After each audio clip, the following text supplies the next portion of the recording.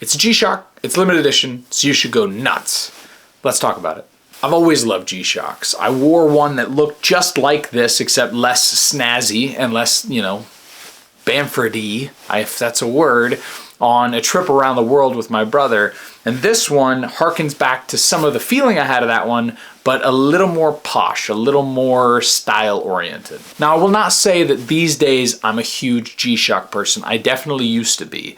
I would only really wear a G-Shock almost every single day. When I worked at Amazon, which was my job before I worked with my family, I worked around a warehouse. And so I'd be pulling pallets or doing all sorts of stuff, and a G-Shock was perfect for that.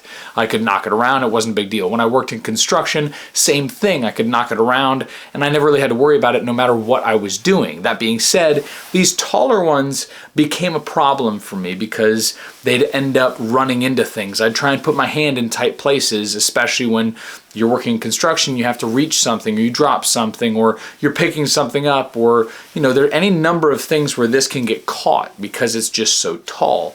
And so I switched over to a different G-Shock that's in my collection review that I talked about. But this one is like my old one. It's the tall, it's the basic model, it's got a model number I have up there, but this has more style to it, more flavor. And I think that's what's made these G-Shocks really popular these days, is because they're more playful, they're more fun, and they have a lot more style to them. So let's talk about this, how I feel about it, how it functions as a G-Shock should, and how it looks stylistically. Now, the G-Shock limited edition craze has been insane. Now, everyone gets mad at Omega for doing it, but when G-Shock does it, we tend to just toss our money at it and not think twice. John Mayer has come out with a number of limited editions that seem to just rake in a bunch of customers and a lot of money, which is why obviously they came out with 3 different versions in different colors. Now, this Bamford edition came out, and I was mainly interested because I have been appreciating a lot of the commentary between George, Andrew, Adrian, and Marcus. And I haven't bought a Bamford until, you know, this really. And so when this edition came out, I thought it was inexpensive. I thought I could see a little bit about what their flavor, what they're all about, if he'd do anything differently. And so I purchased it. Now, if you're expecting this watch to rock the boat, to change all things G-Shock, you're wrong. It's the exact same model that we know and love. It's got the forced curvature to the bracelet.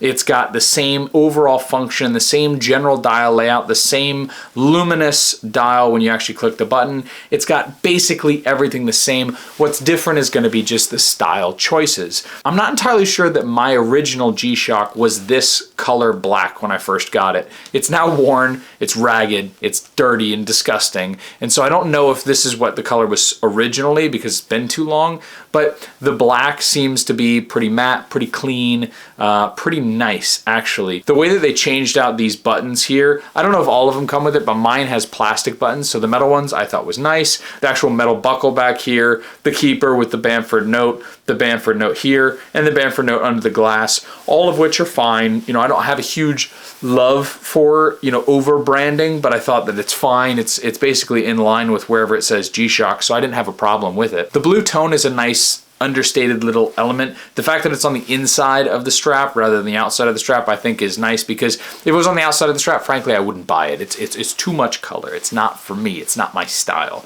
So this is a little bit of a, you know, young little fresh flavor fun thing that I think would go really well with, like, if someone was really into Nike shoes or shoes in general, I feel like this would be a good companion for that, but I'm not one of those people. That being said, it still, you know, has a lot of the elements that are fun about these G-Shocks recently. They've really taken over from a style standpoint of being an affordable watch that you can wear and still say, I like watches. I'm into fun things that have some flavor and some color. So from a style standpoint, it makes sense. I think that it's a nice watch. It was done pretty well. You know, I really like the understated accents. Again, it does not rock the boat. This is not a game changer. It's just a limited edition in a different color. And yes, it's got the Bamford name on it, and I think that comes with the color change, but other than that, there aren't massive changes to this that's going to make it, you know, the end-all be-all. I will say the packaging, on the other hand, is a very nice touch. The packaging itself was very well presented. The way it folded out was very nice, and I think that's what made a lot of people see it as a nicer watch. I think the original Bamford version was a little better only because I really like that style G-Shock. Not that that changed any more than this changed, but I like the thinner style G-Shock. This one is much like my original older G-Shock, but I typically don't wear it because, as I said, it's just too tubby for me. It's very more fashion oriented for what's popular in G-Shocks these days, but it's too tubby for function. So it gets me into the function of it. My biggest gripe about this watch is the fact that it has the negative display, which honestly I can see mostly well almost all the time. In bright sunlight, I frankly can see it better than in when it's dark. When it's dark or, you know, dim out, it's relatively difficult to see the dial. The luminous button, when I click it, I don't see a massive change, frankly, between having it on and having it off. The negative display is basically one of those things where you kind of, when you put it at an angle, you can see it a lot better than when you can see it normally. It's a style thing. Like, the dial layout on this was a style choice. And if you're not into getting this watch for the style, then the function of this is no better than a traditional G-Shock. And I would prefer personally to get a traditional G-Shock or a Casio. I think those are going to be fitting more to that.